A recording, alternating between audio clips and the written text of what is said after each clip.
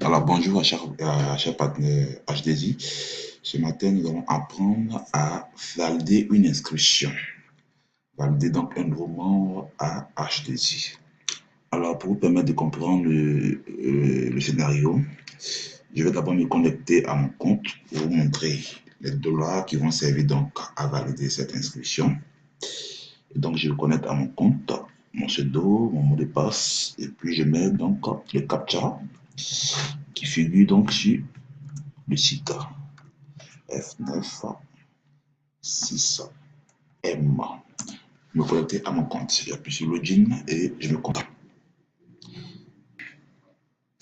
Donc, le compte vient de s'afficher. Donc, comme vous pouvez le voir, c'est mon compte à Adetano Emmanuel Constant. Et donc, j'ai 40 dollars sur ma balance. Et ces 40 dollars ici vont servir à faire l'inscription d'un nouveau membre dans l'activité. Alors, je me connecte pour aller donc sur le site pour vous montrer un peu comment cela fonctionne, comment cela marche. Je vais sur Join Now. Join Now, donc rejoindre. Rejoindre maintenant et je clique après sur Start Now. Commencer maintenant. Avant sur Start, il y a le formulaire d'inscription qui s'affiche. Donc, je le remplis dans un premier temps. Je mets le pseudo du parrain, El Shabazz.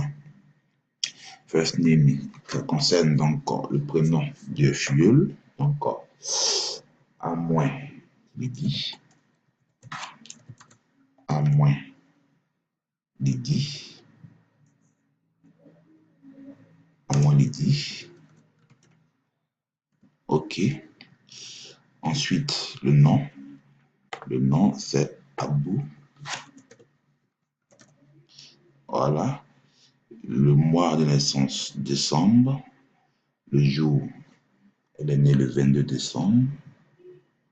22 décembre 1975. 1975. OK. Phone number, je mets son numéro de téléphone. Voilà. Ici. Son genre, femme ou mâle, donc c'est une femme. Ensuite, on a information de sa localisation, contact information, donc là, adresse. Si vous mettez la boîte postale, mais si vous n'avez pas la boîte postale, vous pouvez mettre par exemple Abidjan, Yopougon. State, c'est la région, donc la région des lagunes. City, Abidjan, elle est Abidjan. Et country, vous mettez Côte d'Ivoire, le pays. Côte d'Ivoire. Voilà. Security information, les informations de sécurité. Alors, elle choisit donc son username. Ici, le username qu'elle a choisi, c'est Lydie. Lydie 75. Le mail, tanouet102@gmail.com. Le mot de passe, je choisis un mot de passe de la personne. C'est un mot de passe provisoire, car la personne, après, elle a possibilité donc de personnaliser son mot de passe afin que ce soit vraiment quelque chose de sécurisé, quelque chose de particulier. Voilà. Vous mettez un mot de passe provisoire. Un code transaction password, donc un code de transaction. Généralement, c'est un code à 4 chiffres qui lui permet donc de faire ses différentes transactions via son compte. Après, vous avez les informations bancaires. La banque partenaire ici, c'est GTBank. Donc, vous mettez GTBank. Branch name à jamais. GTBank à jamais. Voilà. GTBank à jamais. Account name. Ici, on vous demande le numéro du compte. Si vous n'avez pas un numéro de compte, vous pouvez mettre 1, 2, 3, 4, 5, 6, 7, 8, 9 comme numéro de compte. Account holder name, c'est le nom du propriétaire du compte. Et c'est Abou Lydie. Et en dernier ressort, on vous demande Next of Kin Detail. Ici, c'est les informations de l'héritier. D'abord le nom. Et elle n'a pas signifié l'héritier, donc on met comme héritier elle-même. Donc, sa date de naissance. Le 22, le jour de naissance. L'année, 1975. 1975. Voilà. Relation, c'est elle-même. Donc, on met moi-même. Si c'était son frère, bien sa fille, bien son fils, on met même fils, ou bien frère, ou bien fille. Et puis son numéro de téléphone. Donc, c'est elle-même son numéro de téléphone, mettons. Et juste après, vous cliquez sur I agree with them and condition. Vous repassez donc le formulaire pour vérifier un peu si cela correspond à ce que, aux informations que vous avez. Et vous cliquez sur Sign me up. Et on vous redirige désormais sur la page de paiement. Alors, ici, il y a plusieurs modes de paiement. Les modes e-wallet, sur le TracePay, Money, Mastercard, Visa. Alors, ici, il y a deux modes de paiement qui marchent présentement. E-wallet et Perfect Money. Donc, e-wallet, c'est l'instant que vous avez déjà de la monnaie. C'est pourquoi, au départ, je vous ai montré un compte où j'avais déjà les $40 qui vont servir à faire l'inscription.